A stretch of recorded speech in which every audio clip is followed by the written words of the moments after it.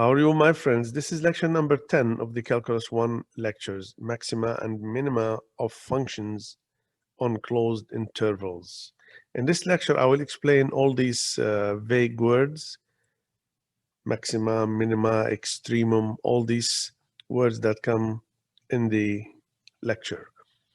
So in the objectives of this lecture, we will see the maximum minimum value.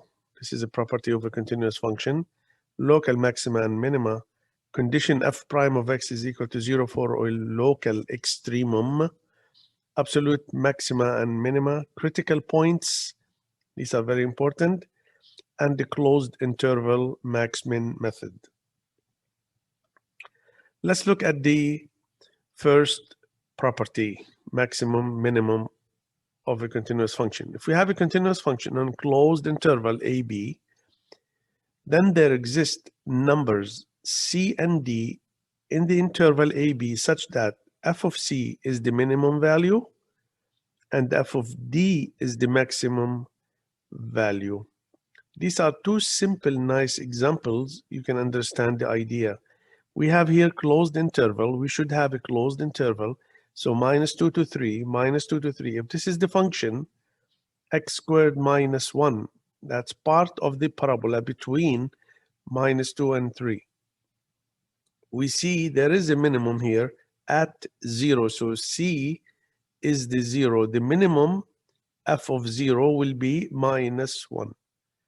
At D, see D in the interval, we have the maximum, and the maximum is 8 because replace 3 in the function, 3 squared, 9 minus 1 is 8. Now we have another one here. The function is x cubed plus 1, part of it. You see, the interval minus 1 to 1. We see the minimum here occurs at minus 1, and the minimum value is 0. So minus 1, 0.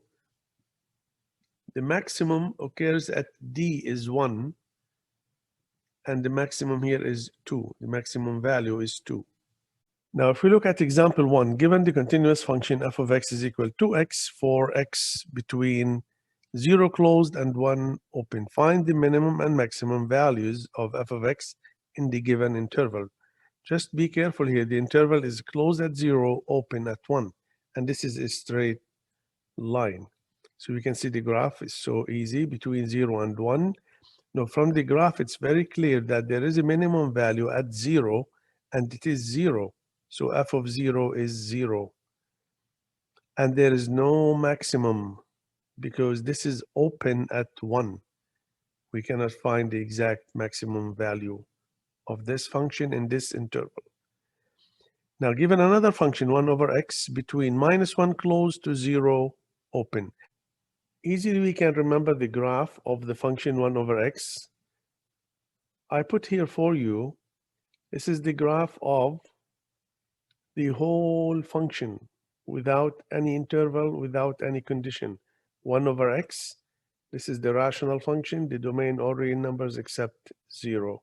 Now look at our question. Our question is 1 over x, x between minus 1 and 0, minus 1 closed. So we are taking only that part. Do you see this part here? This is the graph. This one here is the graph of this given function. So it's minus 1 closed until 0 open. So this is the part of the graph. So from the graph, we can see there is a maximum value. The maximum value here is minus 1 at x equals minus 1. So f of minus 1 is minus 1. And there is no minimum values because this is open at 0. It goes down to minus infinity. I have prepared this slide, math English terminology for you, so that you can understand the questions better. Now, when we say the word local maximum, it means relative maximum. When we say local minimum, it means relative minimum. If we say local extremum, that's a singular, it's one value.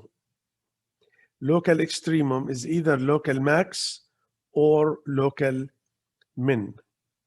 Local extrema is the plural of local extremum. So there are more than one.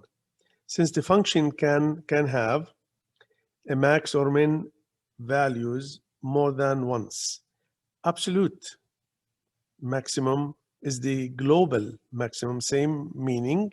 It is the largest value of all local maxima. Now, maxima here, you can go down. Maxima is the plural of maximum, and minima is the plural of minimum. Also, absolute minimum is the same as global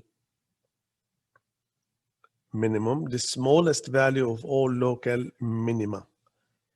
Now, the absolute extremum, that's a singular. It's either absolute max or absolute min. When we say find absolute extrema, that's the plural of absolute extremum. You can review these and use them any time you like.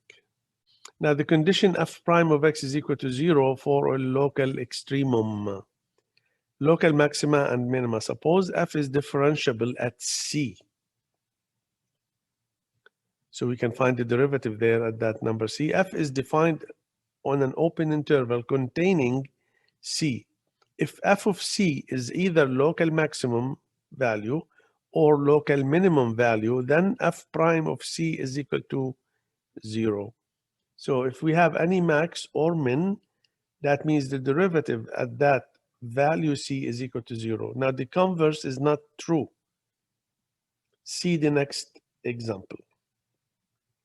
We have seen from the last slide that f of c is either local maximum value or local minimum value, then f prime of c is equal to 0. Can you think of an example or a function where the derivative is 0 and there is no local extremum?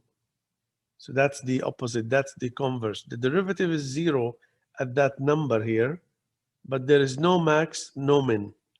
Yes, we can think of an example. I can think of y equal x cubed. Look at this function now, x cubed. Find the derivative, it will be 3x squared. Put the derivative is equal to 0. That means 3x squared is equal to 0, implies x is equal to 0. So at 0, either we have max or min. We see there is no max, there is no min at 0. So f prime at c is not enough to imply that f of c is a local extremum. It is not, because there is no max, there is no min at 0. The function goes from minus infinity to plus infinity. Absolute maxima and minima. We have explained a little about absolute or global. So a function with domain D, here we have a function. The absolute maximum or global maximum is when f of c is greater than f of x for all x in the domain. So f of c is the largest value of the function on the domain. So if we have a graph like this, this is the global maximum. It's the highest, the largest value. And this one is the global minimum, the smallest or the minimum value on that domain. Critical points are very important to understand. The number c in the domain of f. So the number c should be in the domain of f. Then we call it critical number. If either the derivative at c is equal to 0 or f prime at c does not exist, then we call it critical. So the critical point c, comma, f of c, that's a point on the graph where c is a critical number, we call it critical point. So we have critical values or critical numbers, and we have critical point, which is x and y, the values x and y. Closed interval max-min method, very important theorem here. Absolute maxima and minima. Suppose we have f of c is the absolute maximum or absolute minimum on the closed interval.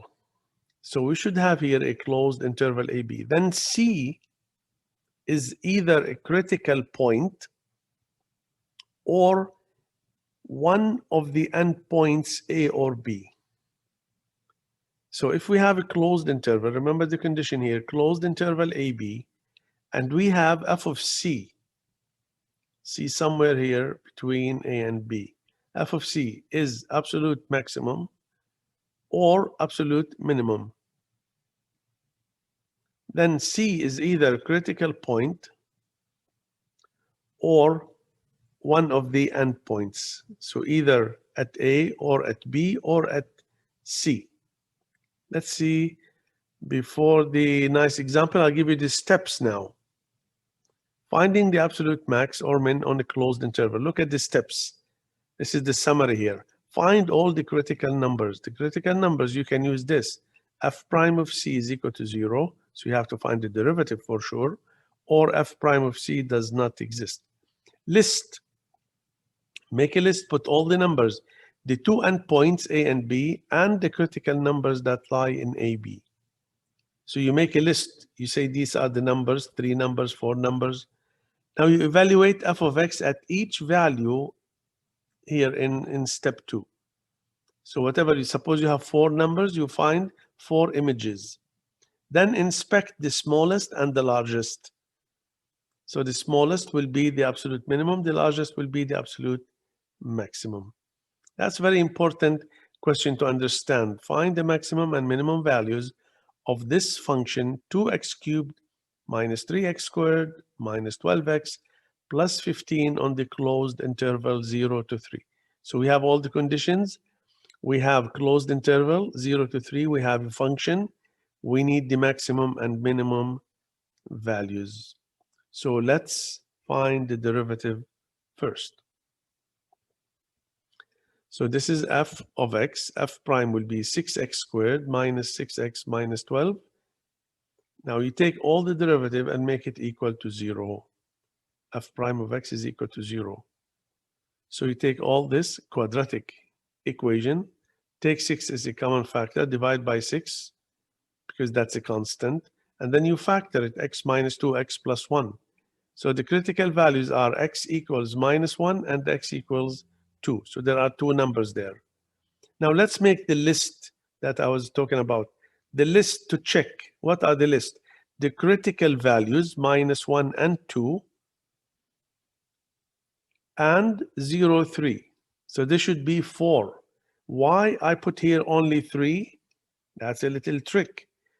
Notice that the value minus 1 is not in the interval, so we don't study it. But sometimes we have these 2 values inside the interval. That's why I put this question here. So minus 1 is not in the given domain here, is not in the given condition or the given closed interval. So we exclude minus 1. We don't study it. So we take only 2. We take the endpoints 0 and 3, and then we check this list. So we take the list now, 0, 2, 3, and this is the given function. Now I find f of 0. I find f of 2. So nice and easy. I find f of 3. I look, where is the maximum? F of 0 means I replace 0 in the function, so I get 15. F of 2, I replace 2 in the function, put 2 here, find the numbers, it will be minus 5. And if I put f of 3 in the function here, it will be 6. So we have 15 minus 5 and 6. What is the absolute maximum? The absolute is 15. The minimum is minus 5. So the maximum occurring at 0 and the minimum occurring at 2. And 3 is just a normal. See, this is the graph here. To understand question, look here, from 0, that's 0 here, from 0 to 3. So we have this part of the function here, from 0 until 3. So we see the max here is 15, and the minimum is minus 5, which is occurring at 2. And the graph here is given as a gift. Now, always, please check the playlist, Calculus 1 solved questions. You will see many questions there to understand the lectures better. This is the end of lecture number 10. Thank you for watching. If you like the video, you can subscribe and share it with your friends. I hope I can see you in another video with another topic. Thank you guys for listening.